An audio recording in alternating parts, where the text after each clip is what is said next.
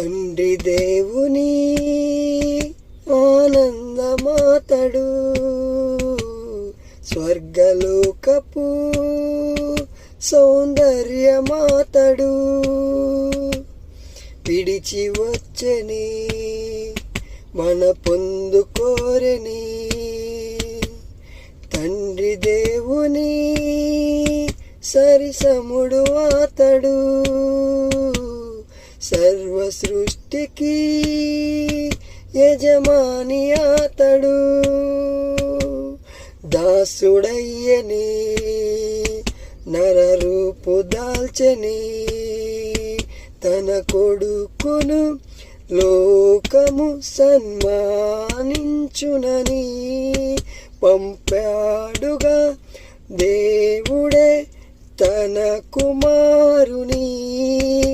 స్వకీయుల యొద్దకు వచ్చెను, ప్రేమించి వారిని చేరెను.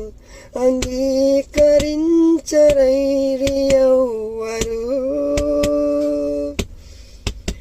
తనింటి వారి సైతము మతి భ్రమించినోడని ఆనాడు విశ్వసించరైతిరే.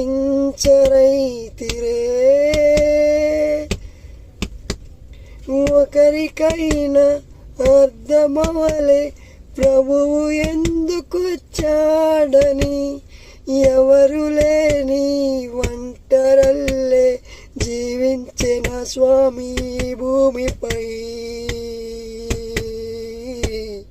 తన తండ్రి చిత్తము నెరవేర్చడమే దర్శనం, తన తండ్రి పనిని తుదముట్టించుటయే ఆహారం. తన తండ్రి చిత్తము నెరవేర్చడమే దర్శనం, తన తండ్రి పనిని తుదముట్టించుటయే ఆహారం. కుమారుడై యుండియు విధేయత నేర్చెను, తను పొందిన శ్రమల వలనేసు